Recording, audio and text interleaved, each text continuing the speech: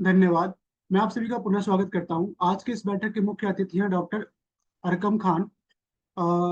Sir ने sir ने अपनी बीएचएमएस की पढ़ाई नेमिनाथ हेलो। हाँ, सर ने अपनी बीएचएमएस की पढ़ाई doctor Neminath homeopathic medical college and hospital Agra से कंप्लीट की है। सर पिछले 8 वर्षों से अपने पिता Shri doctor L M Khan के गाइडेंस में क्लिनिकल प्रैक्टिस कर रहे हैं। इसके अतिरिक्त पिछले 1 वर्ष से स्वयं भी वेबिनार क्लासेस का संचालन कर रहे हैं, जिनमें से मुख्य रूप से यूरिनरी कंप्लेंट्स तथा फीमेल डिसऑर्डर्स के उपचार में कॉन्स्टिट्यूशनल होम्योपैथिक मेडिसिन का प्रयोग के बारे में बताया गया है। अब मैं अपने मुख्य अतिथि से विनम्र निवेदन करता हूँ, कृपया अपना व्याख्यान प्रारंभ करें। Over to you sir. Sir, you can start now. तो hello and good evening everyone. और आज जो इससे पहले भी हमारा सेशन हुआ है और मेरा टॉपिक था my learning with my father doctor L M Khan. और हमारा जो लर्निंग है वो सारा mostly bed side clinical learning. अपने फादर के साथ हमने जो अपने क्लिनिक में जो केसेस देखा है, मैंने आप लोगों के साथ उसके रिजल्ट के साथ हमेशा डिस्कस किया है। और इससे पहले भी हमने जो जितने डिस्कशन किए वो सारा हमने अपने केस पे डिस्कशन किया है। और आज जो हमारा सेशन है, अभी रिसेंटली फ्यू डेज से मेरी थोड़ी तबीयत ठीक नहीं है, तो अगर बहुत लॉन्ग हम नहीं बोल पाए तो पहले ही हम अपोलोजेटिक होते हैं आपसे, आप लोगों से। और मेरा दिल था आप लोग के साथ डिस्कस करने का बहुत सारे केसेस का, जब सर ने बहुत पहले मुझे बोला था कि अक्टूबर में सेशन के लिए, और इसको एक्सप्लेन करने के लिए बहुत अच्छे से करना इस हालत में पॉसिबिलिटी नहीं हो पाता। इसलिए मैंने ऐसी टॉपिक देखी है कि मोस्टली जो हम अपने क्लिनिक में अपने पेशेंट को किस तरह से देख के एक मेडिसिन, जैसे कि एक्यूट कंप्लेन या कोई कंप्लेन ऐसा आता है जो हम अपने पेशेंट को देखते ही अप्रोच कर सकते हैं कि हमने ये पेशेंट है, ये सीपिया है। How do I approach that this patient is sepia, this patient is lycopodium. तो मैंने कुछ ऐसा कलेक्शन जो अपने फादर के क्लिनिक्स में देखा है, तो वो चाहूंगा मैं आप लोग के साथ शेयर करना। और भी कुछ केस अगर साथ में याद आ गया तो वो साथ में मैं डिस्कस करूँ। How we we means me and my father my brother, how we spotted the remedy. और ये विजन जो है, मेरी उम्र नहीं है, ना मेरी एज है, ना मेरा नॉलेज है कि इस टॉपिक पे मैं डिस्कस करूं, बट मेरे फादर का विजन और जो लर्निंग जो उन्होंने हमें दिखाया है, विजन कि किस तरह हम एक मेडिसिन को, एक पेशेंट को समझ सके, ये दिख जाए तो समझ जाइए ये मेरा रेमेडी है। तो मैं कोशिश करूंगा कि वो आप लोग के साथ एक्सप्लेन करूं जो मैंने अपने फादर के साथ सीखा है। और इसमें कुछ भी थोड़ा ऊंच नीच होगा तो साहनी सर है, उसमें थोड़ा ऐड ऑन आप कर दीजिएगा sir.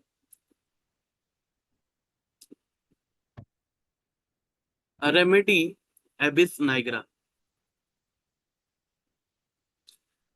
always come complain in your stomach pain after eating.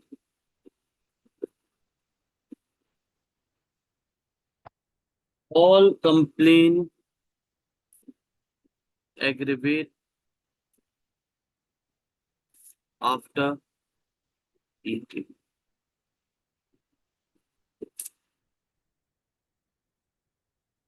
Abrotinum,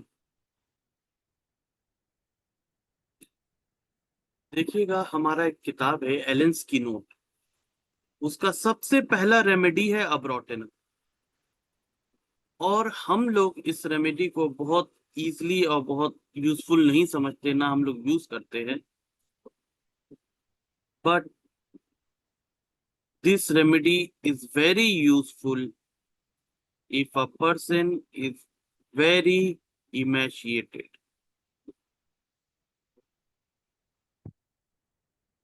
Emaciated person जो रहेगा डायरिया में मोस्टली, देखिएगा एलेंस की नोट में एक लाइन है, डायरिया उसके बगल में लिखा रहेगा और लिंटेरिया, अब्रोटेनम. If a patient is emaciated, lean, thin and waxy face, जैसे मोमबत्ती होती है, मोमबत्ती का जैसा वैक्स जो रहता है, इंसान का चेहरा पूरा वैसी एकदम मोम के तरह रहे, वैक्सी फेस, बहुत शाइनी, बहुत ग्लेजी. अब ग्लेजी या शाइनी में आपका पूजा भी आ जाता है, नाइट्रम म्यूर भी आ जाता है, लेकिन वो थोड़ा ग्रीसी इसमें चला जाता है, ये पूरा वैक्सी.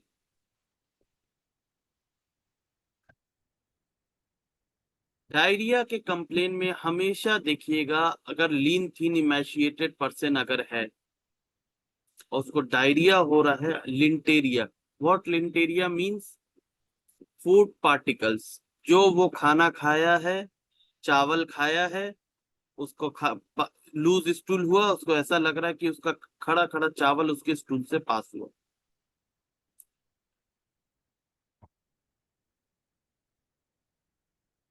वैक्सी colour of face, packet, relief only by lying on abdomen. Lying on abdomen, medorinum, abrotenum,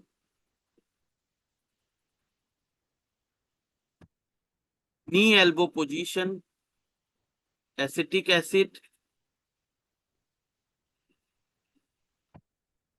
ये सारी remedy,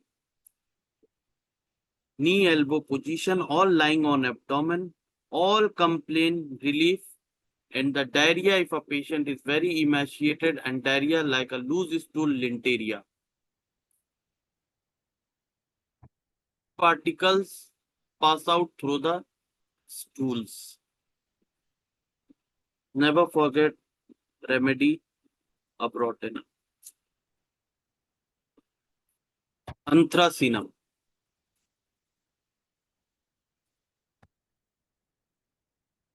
Same burning, severe burning, extreme burning, ऐसा लगेगा कि आग जल गया. जहां भी पेन हो, even in the case of the cancer, cancer का भी अगर पेशेंट है, उसका ग्लैंड है या कैंसर जिस एरिया में है जहां पे उसका जख्म है, वो जगह सीवियर बर्निंग है, मतलब ऐसा वो पेशेंट कहेगा कि डॉक्टर साहब ऐसा लगता है कि पूरा आग लगता है कि मेरे इसमें जला दिया गया. Terrible burning pain, particularly when it is not relieved by arsenic through indicated.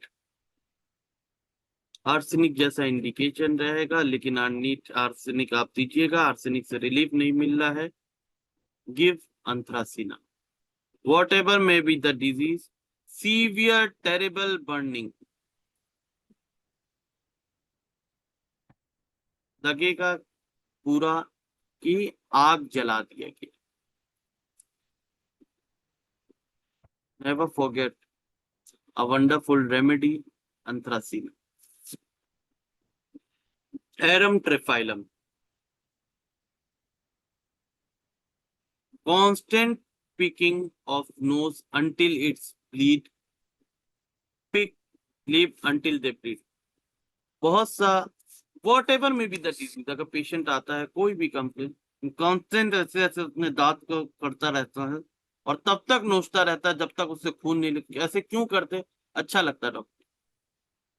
And one very strong symptom of arum triphyllum, which is very strong symptom but never used by most of the homeopath or physician. In a case of, मैं आपको वो symptom दिखाता हूं.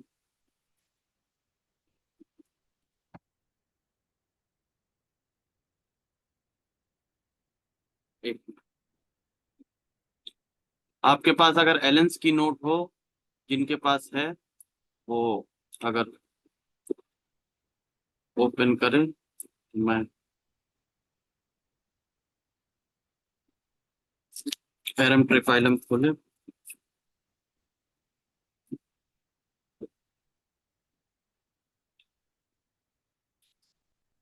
बहुत wonderful remedy, और हमारे बहुत से केसेस में एरम ट्रिफाइलम हमने दिया है और बहुत अच्छा रिजल्ट मिला है।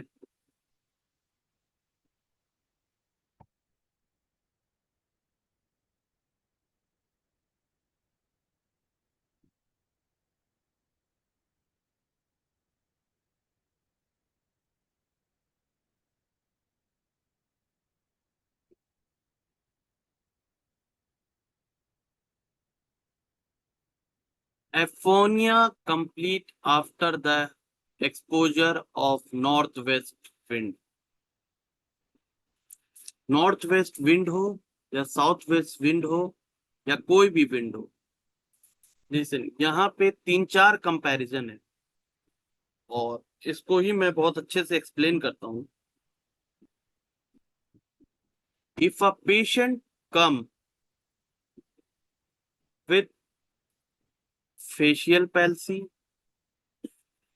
एफोनिया, throat inflammation, vocal cord palsy, with the exposure of the direct in a winter after the cold, like a rider, अगर कोई बाइक चलाता है सुबह में 4 बजे 5 बजे बाइक चला के उसको जाना आना पड़ा, सडन कोल्ड का एक्सपोजर पड़ा, उसके बाद से थोड़ा सा फेशियल में पैल्सी चेंजेस आने लगा, थ्रोट का इन्फ्लामेशन हो गया, आवाज नहीं आ पा रही है या वोकल कॉर्ड से आवाज में तकलीफ हो रही है, बोल नहीं पा रहा है, पेन है, first remedy we should go for the aconite. Sudden change of atmosphere and complain arise instant, ये एक रेमेडी है एकोनाइट। और उसका मूवमेंट क्या हुआ, sudden atmospheric change effect aconite. And इसमें भी एरम ट्रिफाइलम में अंडर ब्रैकेट आप देखिए दिया गया है एकोनाइट। और अगर आप एकोनाइट खोल के देखते हैं इसमें क्या बोलते हैं एलेंस की नोट में, और उसमें आप जाते हैं रेमेडी में, देखिए person easily affected by the atmospheric change, किसी तरह का भी एटमॉस्फेरिक चेंज हो जाए, गर्म से ठंडा, ठंडा से सडन गर्म, बरसात का मौसम, कोई भी चेंजेस एटमॉस्फेरिक में आता है उसको इफेक्ट हो जाता है। एरम ट्रिफाइलम में क्या दिया गया है, एफोनिया, वहां एफोनिया की बात कर रही है, लेकिन इसमें अगर हम देखिए एलेंस की नोट पढ़ने का जो वे है, हम लोग हर एक जो जो रेमेडी उसके अंडर ब्रैकेट में दिया उसके साथ को रिलेशन में उस रेमेडी पे हमेशा आते रहेंगे। वहां एफोनिया की बात किया है, लेकिन एज अ होल वहां पे अगर कोई और ड्रग में भी अगर कोई और बात दी जाएगी, अगर चेंज ऑफ एटमोस्फेरिक का, तो एकोनाइट का नाम जरूर रहेगा। Whatever may be the complaints with the sudden change in a person with atmospheric is aconite, चाहे वो फेशियल पैल्सी हो, चाहे थ्रोट इन्फ्लामेशन हो, चाहे नेजल डिस्चार्ज हो, चाहे एफोनिया हो, चाहे वोकल कॉर्ड इन्फ्लामेशन हो, किसी तरह का भी चेंजेस एटमॉस्फेरिक एक्सपोजर के बाद से अगर आता है, that is aconite. First are remedy with the atmospheric changes, हवा का चेंज होने के बाद, देखिए complain cause by exposure, dry cold हो, ड्राई नॉर्थ हो, ड्राई वेस्ट हो, कुछ भी हो, किसी तरह का, देखिए जो उस टाइम मैंने जो बात किया नॉर्थ वेस्ट, यहाँ पे नॉर्थ वेस्ट, ये सब चीज यहाँ पे लिख दिया, exposure to draught of the cold air, किसी तरह का भी, इवन चेक परस्पिरेशन, अगर किसी का पसीना ठंडा से सूख जाता है, चिपक जाता है, उसके बाद से खांसी, मोस्टली हम लोग बहुत से पेशेंट में देखते आता है, बहुत खांसी हुआ डॉक्टर साहब, उस दिन बहुत पसीना हो रहा था, पंखा का नीचे मैंने बैठा, एसी में वहां बैठा, पसीना मेरा सूखा, उसके बाद से मुझे सूखी खांसी होने लगी। फट in a instant as a homoeopath हम लोग जहां ड्राई कफ सुनते हैं हम लोग ब्राइनिया प्रिस्क्राइब कर देते। नो, पेशेंट हमें क्या कंप्लेन ला के दिया कि मुझे पसीना हुआ, मैं पसीना को ठंडे हवा में बैठा, पसीना मेरा सूखा, मुझे खांसी हुई। अब वो सूखा हो या वेट हो, किसी तरह का भी हो, our first medicine should be aconized because it a atmospheric change and instant change of the exposure even by the chest perspiration.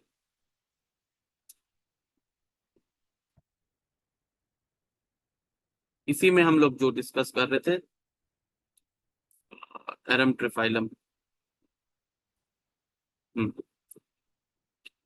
अब हम लोग एरम ट्रिफाइलम पे आ जाते हैं। अफोनिया कंप्लीट आफ्टर एक्सपोजर, ये हो गया aconite, arum triphyll. Hepar sulph, hepar sulph aphonia में भी in a throat inflammation especially tonsillitis, ठंडा का एक्सपोजर के बाद टॉन्सिल का कंप्लेन हो किया, चुभन चुभन दर्द होता है और गर्म से आराम मिलता है। Hepar sulph, hepar sulph, hepar self,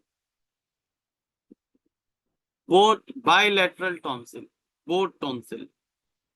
But if it is in the right side tonsil, only right side, not affected in the left side by the exposure of the cold, and patient have a night salivation, never forget mark benired, right sided mark benired. And if not affected in the right side of the tonsillitis, is only affected in the left side with the same symptom, profuse salivation or excessive salivation, and aggravate especially at the night. Patient did not swallow the drink, food, anything. Never forget mark PI. In a right side, mark BI, and in a left side, mark PI with the profuse salivation, night aggravation, and the exposure of the cold tonsillitis complaint, or in the both tonsil, relieved by the warm and pricking, stitching pain, सुई की तरह चुभ रहा है या बहुत ज्यादा गड़ रहा है थ्रोट में, hepar sulph, hepar sulph, hepar sulph. And from the singing, arum triphyllum का एफोनिया के लिए या फिर आवाज बैठ जाना जिसे हम कहते हैं, वो किस लोगों के लिए है ये रेमेडी, या कंप्लीट लॉस ऑफ वॉइस और आवाज कम हो जाना, बैठ जाना, किन लोगों के लिए है? जो पर्सन बहुत ज्यादा बोलता है, लाइक अगर मेरा वेबिनार हो, सेमिनार हो, हम 3 घंटा 4 घंटा एवरी डे मेरा बोलने की आदत हो, और उसके बाद से मैं देख रहा हूं कि मेरे वॉइस में हल्का हल्का आवाज बैठने का या एफोनिया टाइप कंप्लेन होता जा रहा है, arum triphyllum, arum triphyllum, arum triphyllum, arum triphyllum, voice hoarse, aphonia, words from talking, speaking, singing, orator, singer, actor. इन्होंने ये सारा प्रोफेशन के बारे में बता के रख दिया एलन स्किनर।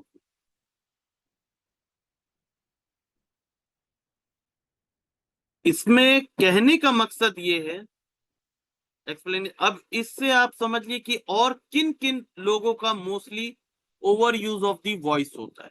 कहने का यहाँ ये मतलब था, उन्होंने एक्सप्लेन इस तरह से किया, जो बहुत गाता है, बहुत आवाज थ्रोट से निकालता है, ओरेटर जो चीख चीख के बात करता है, सिंगर जो गाने का काम करता है, एक्टर जो अगर स्टूडियो में काम कर रहा है, उसको बार बार डायलॉग कांस्टेंट उसका बोलने का काम कंटिन्यू रहता है। इसमें अगर आप बहुत सा ऐसा चीज ऐड ऑन कर लीजिए जिसका बहुत बोलने का काम होता है, आजकल जिसको हम लोग कहते हैं कि बहुत ये हो गया है मोटिवेशनल स्पीकर, ये लोग सब इस चीज में आ जाएंगे। और उसके बाद से वॉइस हॉर्सेस एफोनिया कंप्लेन अगर डेवलप होना शुरू होता है, remember the remedy arum triphyllum, and also remember the other drug with the other symptom, argentum nitricum, causticum, phosphorus, selenium. But the role of the arum triphyllum, हमारे पास एक case था, एक patient, उनका कंप्लेन था, पेशेंट आया, उसका आवाज निकलना नहीं है प्रॉपर, आवाज बंद हो गया। माय फादर आस्क्ड कि कुछ दिन पहले या 1-2 दिन पहले बहुत ज्यादा चीखी है या चिल्लाई है? बोले हाँ। उसके बाद से बहुत ज्यादा चिल्लाई, उसके बाद से इनका आवाज एकदम निकल रहा नहीं, आवाज बैठ गया, बहुत डर गया। My father give arum triphyllum और उनका वॉइस और कंप्लेन बेटर हो गया। And this learning, mostly we thought Organon is a book of a philosophy, but Organon is a book of a practical homeopath practitioner. If you not understand the proper learning of the Organon, you will never be a good prescriber, which I learned from my father. In a aphorism 5, Hahnemann says, for the treatment of the chronic cases, the accessory circumstances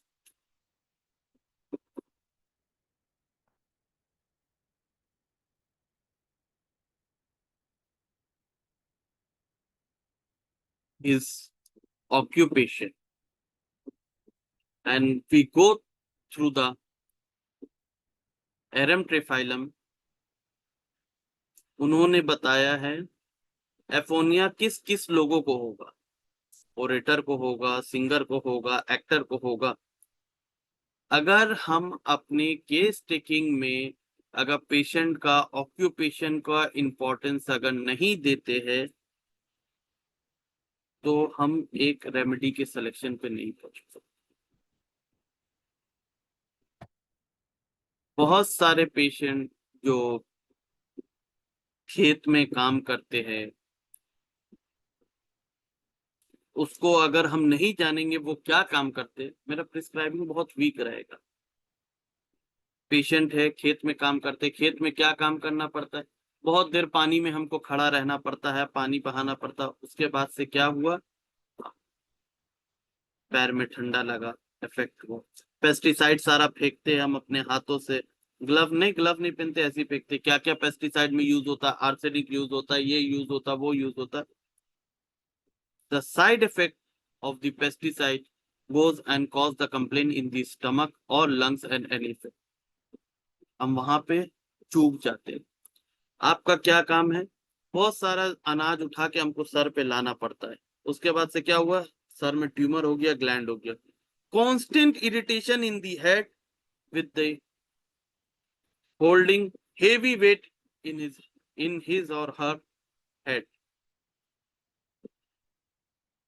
बहुत दिन तक चलता चला आ रहा है, बहुत long time तक लेते चले आ रहे। काम क्या कर रहे, ट्रॉमा करते करते हम प्रोफेशन पूछे ही नहीं, सर में हाथ चोट नहीं लगा ऐसा। We taking occupation as a normal.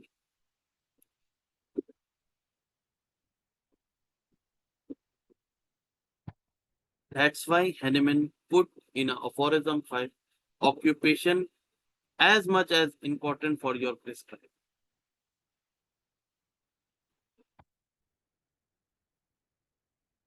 तो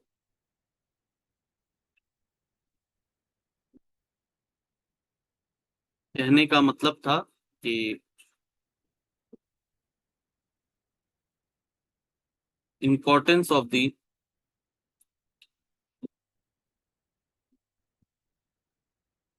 तो एफोनिया with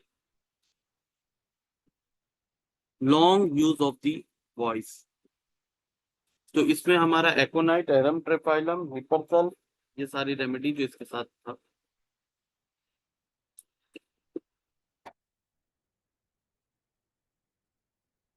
एरम aurum met profound मेलनकोली।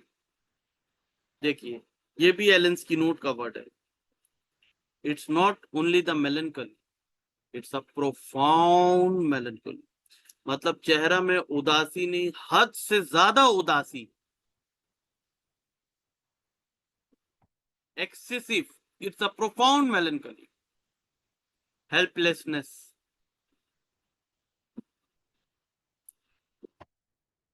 Talks of committing suicide.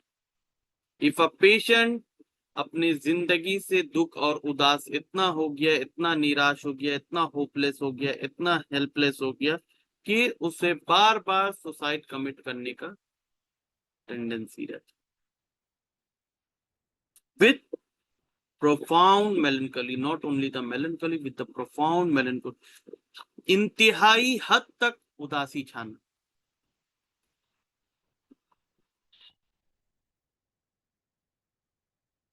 And remedy is aurum met with the tendency and committing the suicidal tendency. Brighter calf, the child does not want to play, especially this is a remedy for the children who have extreme shyness, prefer to sit idly in a corner, slow, backward, stupid, silly look with induration of the tonsil. Baryta carb के बच्चे का एक feature आप जो हमने अपने clinic में देखा और जो मोस्टली हम लोग देते हैं और we get the result. Patient बच्चा जो रहेगा, रिकरेंट टॉन्सिलाइटिस का हिस्ट्री रहेगा, थोड़ा सा चीज ठंडा कुछ भी खाने से इफेक्ट, उसका थ्रोट का इन्फ्लामेशन हो जाएगा, इंड्यूरेशन ऑफ द टॉन्सिल हो जाएगा, desire for the cold drink, ठंडा कोल्ड ड्रिंक पीने का एसिडिक बहुत डिजायर रहेगा, एक्सट्रीम शाइनेस रहेगा, एंड द चिल्ड्रेन और if it's a baby girl,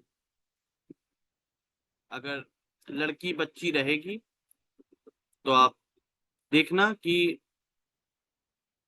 हाँ चला बहुत ज्यादा सजने का शौक रहेगा, बहुत ज्यादा।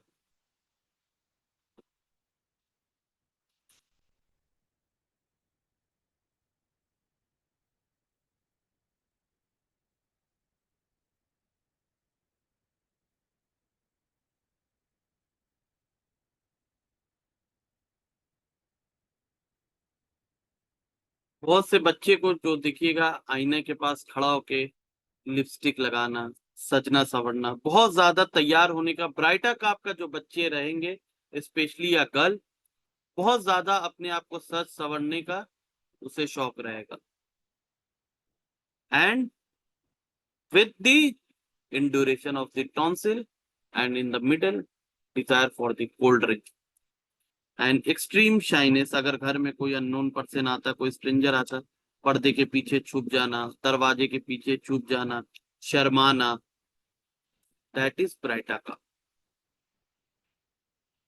एक्सट्रीम शाइनेस with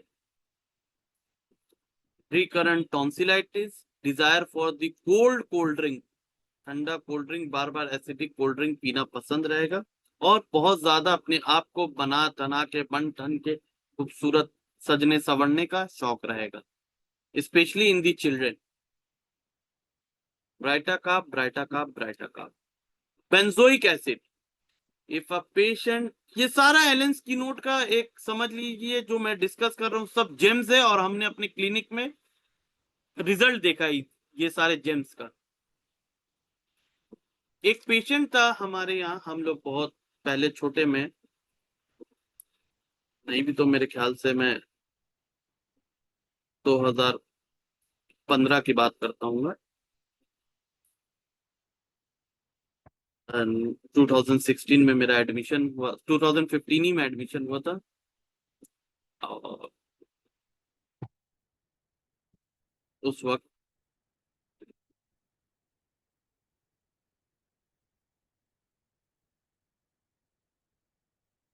एक पेशेंट, हम लोग जाते थे रूरल एरिया में पेशेंट देखने, मैं फादर के साथ जाता था। मेरा स्टार्टिंग में ही एडमिशन हुआ था सितंबर में। हम लोग बहुत पहले जाते थे देखने, शुरू से, before when I was in class 12 तब से मैं पापा के साथ जाता हूँ। एक पेशेंट आता था, उसको यूरिक एसिड बहुत हाई रहता था, और उसका ये जो फिंगर रहता था वो बंद नहीं होता था,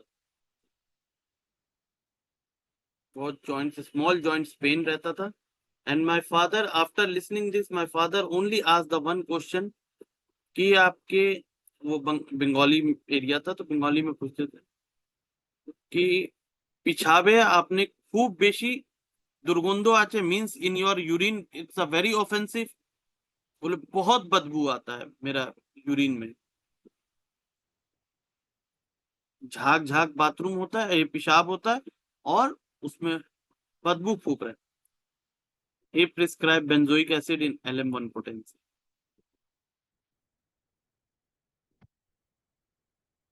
If any arthritic complaint, a joints pain with the offensive urination, benzoic acid, this is the gems of Allen's key. One remedy, देखिए कुछ बोल्ड सिम्टम है, ये सब इंपॉर्टेंट सिम्टम है, बट अगर आप बेलाडोना अगर देखते हैं, बेलाडोना का एक सिम्टम है जो एलेंस की नोट में third grade symptom, least grade symptom,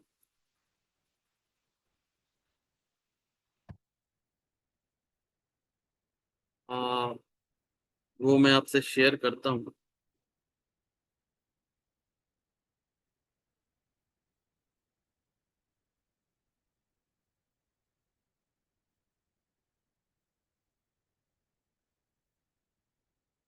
और बहुत लोगों को उसमें मैंने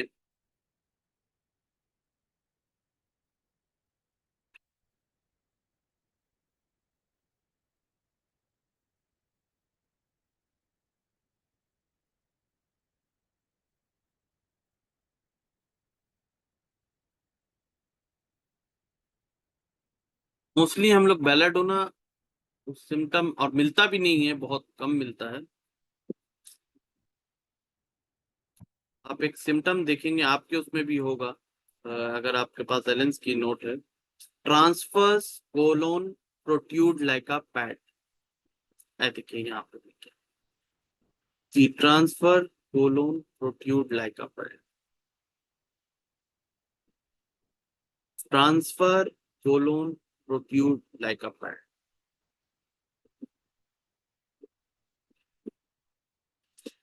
पेशेंट हमेशा आके अपने ट्रांसफर्स कोलोन्स की एरिया को दिखाएगा, पेशेंट को तो नहीं पता वो ट्रांसफर्स कोलोन है क्या है, but our learning with the strong practice of medicine we have to understand that area.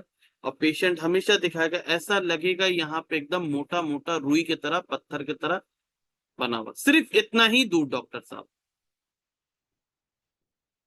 Belladonna belladonna belladonna, this is the third grade symptom of the Allen's node, and this third grade symptom that much important कि अगर कोई बहुत अच्छे किताब का first grade भी symptom है तो इसका थर्ड ग्रेड इससे ज्यादा इंपॉर्टेंस रखता है एलेन की नोट। ये एलेन की नोट्स का इंपॉर्टेंस। अगर एलेन की नोट अगर हम लोग पढ़ते हैं बहुत अच्छे से, उसके बाद जितना क्लासिकल बुक है अगर उसको उस ड्रग को जा जा के हम पढ़ते हैं,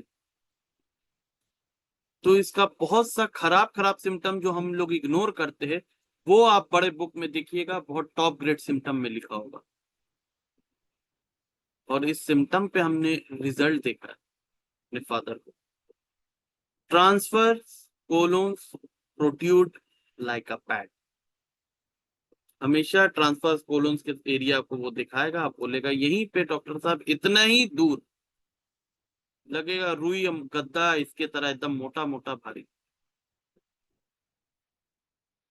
और हमारा जो लोग बहुत से कहते हैं कि होम्योपैथिक में सिर्फ सिम्टम्स पढ़ो, किताब पढ़ लो, मटेरिया मेडिका काफी है। नहीं, प्रैक्टिस ऑफ मेडिसिन का नॉलेज भी इतना ही स्ट्रांग होना चाहिए, वरना पेशेंट आपको ट्रांसफर कोलोन्स दिखाता रहेगा, आप समझ नहीं पाइएगा वो क्या है। दैट्स वाई मैंने कहा ना, इससे पहले भी कहा कि Organon is not just a book of a philosophy, it's a fully practical book.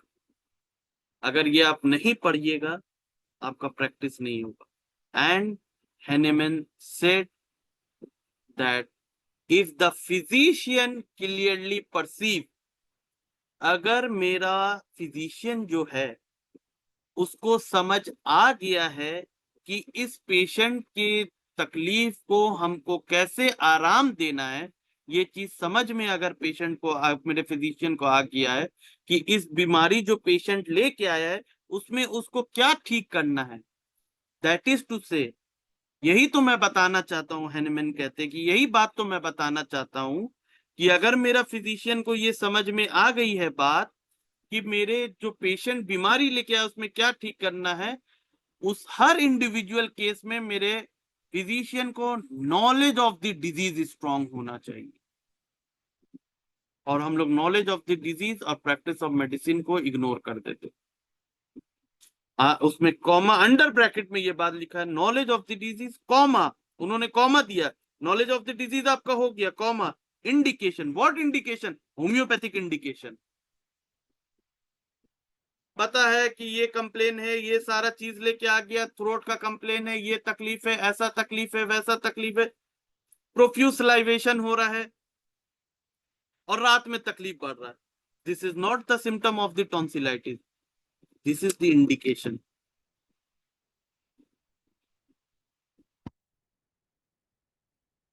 ये हमारे knowledge of practice medicine and knowledge of the homeopathic medicine indication को डिफरेंशिएट करने पे इजी करता है। ट्रांसफर कोलन तो बता दिया है, लेकिन प्रोट्यूड लाइक अ पैड हो जाएगा, ये बेलाडोना का सिम्टम। और इसी चीज को, और भी ये बहुत सारी बात है इसमें, ये एक मर्ज है ये पूरा होम्योपैथिक प्रैक्टिस करने के लिए अफोरिज्म। और ये सब होने के बाद भी वो लास्ट में कहते हैं कि ये सब चीज होने के बाद भी अगर आपके केस में ऑब्स्टिकल आ रहा है और ऑब्स्टिकल को भी आप रिकवरी करना जान गए हैं कि कैसे उसको हटा के हम रिस्टोर करेंगे हेल्दी पर्सन में, वही मेरा असल सच्चा प्रैक्टिशनर हीलिंग ऑफ आर्ट है। ये है ऑर्गेनल। ना हम लोग ऐसे पढ़ते हैं, ना हम लोग किसी को ऐसा पढ़ाया जाता है।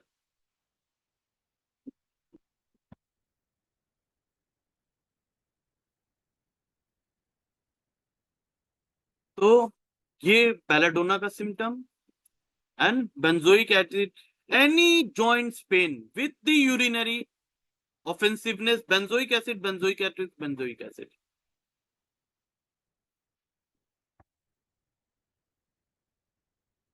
देखिए, हमारे पढ़ने का जो वे होता है होम्योपैथिक किताब को, ये एलन की नोट का एक कॉन्कोमिटेंट हमें मिला। और अगर जैसे इसमें बोल रहा है जॉइंट्स पेन मींस अर्थराइटिक्स, जॉइंट्स का कंप्लेन, हम अगर जाते हैं बोगर में, Bogar is the book for the pathological treatment of the अगर पैथोलॉजिकली अगर हमको इंडिकेशन के साथ होम्योपैथिक का कोई किताब से ठीक करना अगर है तो बोगर इज दैट बुक। अगर पेशेंट का माइंड को अगर हमको ठीक करना है बहुत ज्यादा, तो मेरे लिए कैंट से अच्छी किताब कोई नहीं है। हमको लोकेशन सेंसेशन ये सब चीज पे करना है तो हमारे बोनिंग एक्शन जैसा हमारे पास कोई नहीं। तो अगर बोगर में अगर हम जाते हैं, बोगर में आप देखिएगा the sphere of the action और रोल स्पेशली बेंजोइक एसिड का देखिएगा जॉइंट्स पे होगा, बोन पे होगा, जॉइंट्स पे होगा। विद और कॉन्कोमिटेंट सिम्टम क्या मिलता है? No relation between the joint pain and the offensive urination. That's make the difference between the complaint and the indication.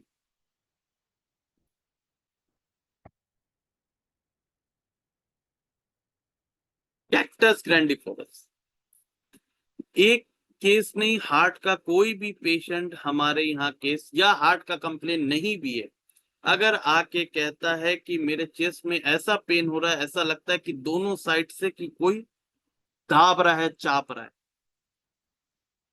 Cactus cactus cactus. उसके बाद आप कुछ मत सोचिए, उसके बाद में ईसीजी इको सारा चीज हम कराएंगे। First we have to give cactus.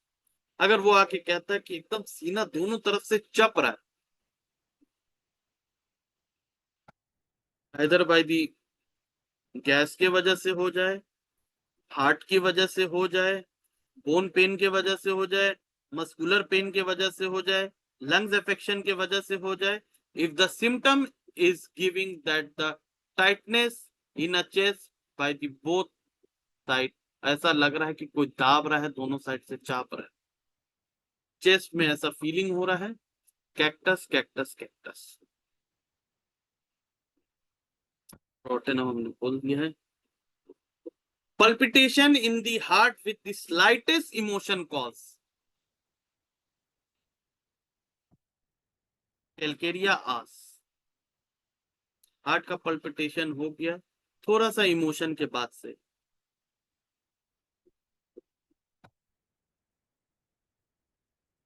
घबराहट बेचैनी होने लगा, दूसरों को भी लड़ते हुए देख के, दूसरों को भी प्रॉब्लम सुन के, दूसरों को भी तकलीफ में देख के घबराहट बेचैनी होने लगता, पानी का प्यास कम है, जलसीमियम।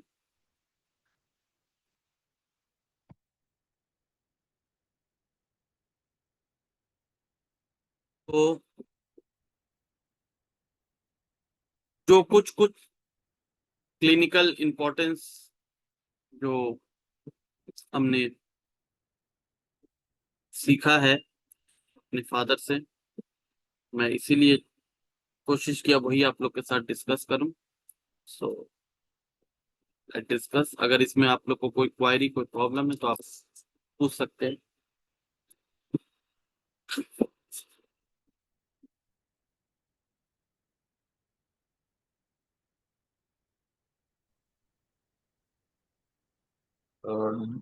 डॉक्टर अर्कम, जी मेरा एक क्वेश्चन है आपसे। ने एरम टिफ का बताया कि ये एफोनिया के केस में इसको हमें सबसे पहले ट्राई करना चाहिए। अगर वो ज्यादा बोलने की वजह से क्राई करने या सिंगिंग या इस तरह का कोई भी जो जी सिम्टम आता है तो वो लेना चाहिए। तो इसमें कोका से कैसे डिफरेंस करें, क्योंकि एक बार एलएम खान सर ने बताया था कि coca we should try if it comes with the singing or any singer has complained like that, Aphonia case में। जी जी, मैं समझ गया आपका क्वेश्चन कहाँ जा रहा है, वो मैं समझ गया। जी। देखिए कोका का क्या है, not only in the voice, Coca is over uses of the thing from the very long time. बहुत ज्यादा पियानो बजाता है, जॉइंट्स का कंप्लेन है, बहुत कितने सालों से, 20 सालों से। हम 10 गाना गाएंगे मेरा आवाज चला जाएगा, आवाज खराबी आ जाएगा, होर्सनेस होने लगेगा, एरम ट्रिफाइलम। एंड इफ एरम ट्रिफाइलम बहुत लॉन्ग है तब भी arum triphyllum, and if is fail then we go through the coca. तो मतलब long आयरन जी जी एक्यूट के केस में हम जो है नहीं कंसीडर एक्यूट कर केस नहीं, हम नहीं हम बता रहे कोका जो है जी बहुत लॉन्ग टाइम तक and continued and very prolonged 10 घंटा 12 घंटा 15 घंटा सिर्फ बजा रहा है,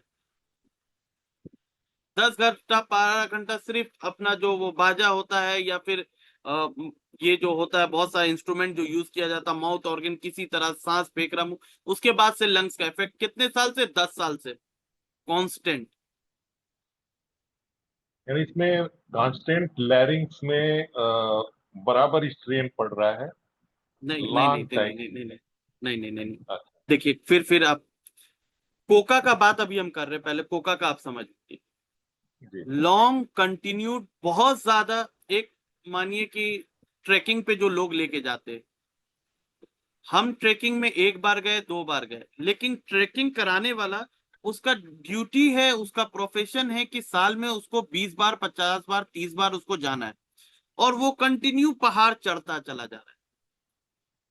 उसको चलने चलते चलते चलते 2 साल 3 साल 5 साल के बाद उसको जॉइंट्स का या फिर पैर में उसका क्या काम है, ये है जितना उसका मेरा और आपका पैर का चलने पे यूज नहीं होता है, उससे ज्यादा 10 टाइम्स 100 टाइम्स ज्यादा उसका यूज होता है।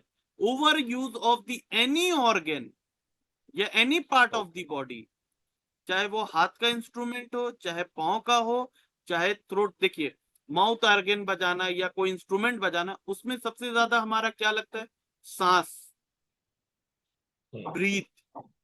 उसके बाद से लंग्स का कॉम्प्लिकेशन शुरू हो गया, that is Coca. And एरम triphyllum का क्या हुआ, बहुत ज्यादा चीखा, बहुत ज्यादा चिल्लाया, बहुत ज्यादा गाया, बहुत ज्यादा बोला, और उसके बाद से हॉर्सनेस होने लगा। देन एरम ट्रिफाइलम, और बहुत लॉन्ग कंटिन्यूड ये चलता चला आ रहा है, देन कोका। तो पहले हम लोग एरम ट्रिफाइलम ही से कोशिश करेंगे फर्स्ट। जैसे कि मैंने कहा कि अगर कोल्ड के एक्सपोजर से आता है, चाहे एफोनिया हो या कोई भी कंप्लेन हो, पहले एकोनाइट पे आप जाइए। क्लियर? हाँ बिल्कुल बिल्कुल, thank you so much doctor.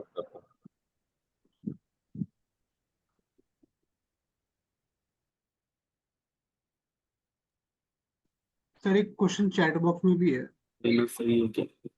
हाँ आर्निका बोलिए बोलिए। आर्निका और कॉस्टिकम फॉर, चैट बॉक्स में क्वेश्चन है सर आपके लिए। हाँ अफोनिया में अभी जो हम जो डिस्कस किए उसमें आर्निका तो था नहीं, लेकिन कॉस्टिकम वाली जो बात है, कॉस्टिकम का फिर उसके बाद एफोनिया हो गया बहुत ज्यादा चीखने चिल्लाने से, उसके बाद और पेशेंट जो है इतना सिंपैथेटिक है कि अपना हिस्से का भी खाने का चीज, अपने हिस्से का सामान का चीज भी दूसरे को जाके दे देता है। इंटेंस सिंपैथी, ये भी देखिएगा एलन स्किनोड का 3rd ग्रेड सिम्टम है। And patient have an extreme desire for the smoked meat, और भी अदर सिम्टम है। तो ये सिम्टम को डिफरेंशिएट, एरम ट्रिफाइलम का ये कहना है कि अगर एक्यूट सडन कोई रीजन हमको नहीं मिलता है, पेशेंट आता है सडन आवाज चला गया, बहुत ज्यादा चीखा चिल्लाया, जैसे मैंने केस डिस्कस किया, मेरे फादर ने दिया कि आया पता किया, बहुत ज्यादा चीखी चिल्लाई, एरम ट्रिफाइलम आ गया।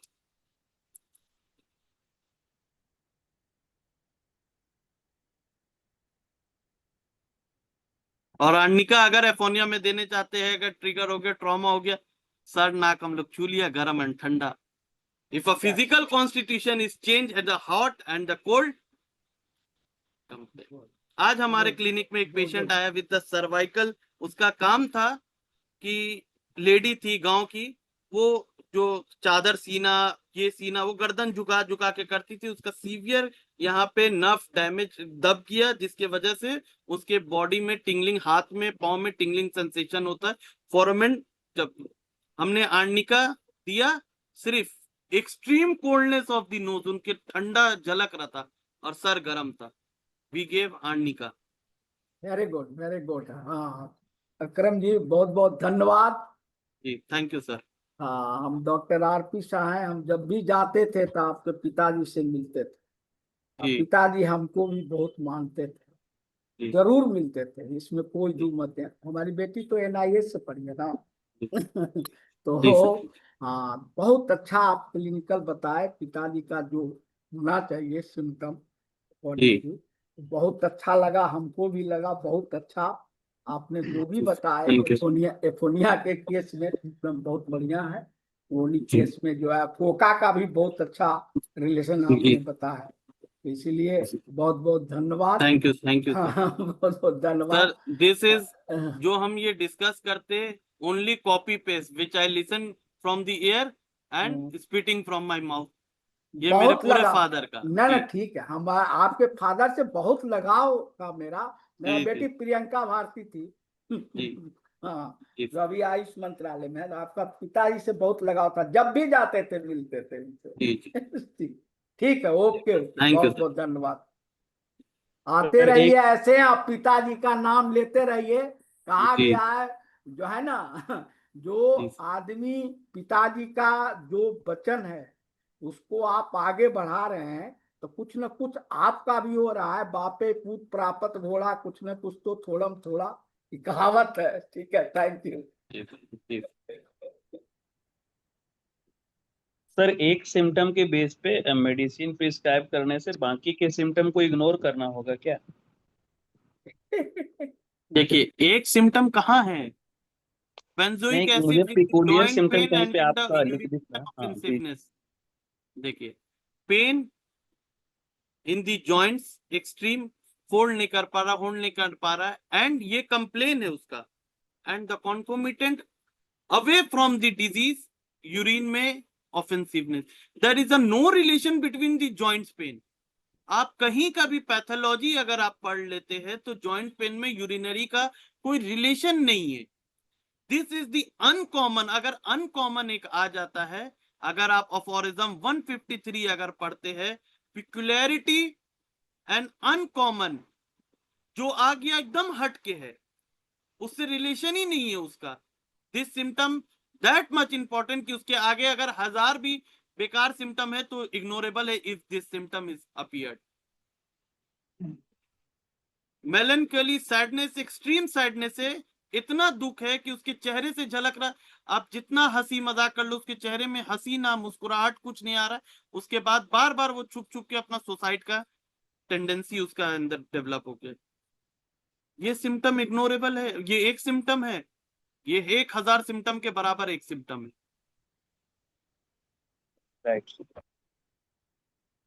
तो सिम्टम भी वैसे, जैसे मैंने क्या कहा, पैथोलॉजी प्रिस्क्राइब करने के लिए बेसिस पे अगर कोई किताब अगर होम्योपैथिकली पढ़ना होगा तो बोगर पढ़ना होगा। अगर आप पैथोलॉजी के लिए अगर आप केंट को यूज करिएगा आपका रिजल्ट फेल होगा।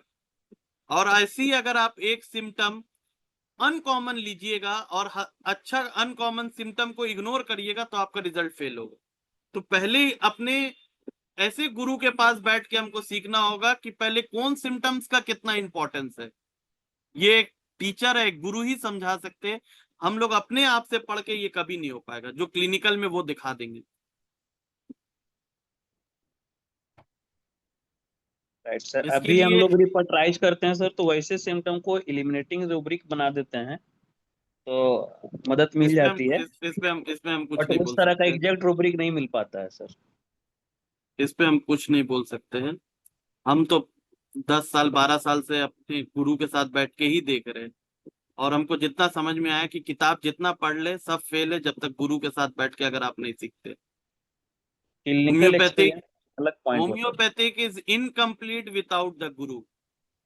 जितना आप प्रैक्टिस, जितना अच्छा आप किताब पढ़ लो, ये सब सारा ये जो जितना मैंने सिम्टम जो डिस्कस किया, जितना मेडिसिन डिस्कस किया, मेरी उम्र नहीं है ये सब मेडिसिन डिस्कस करने के लिए।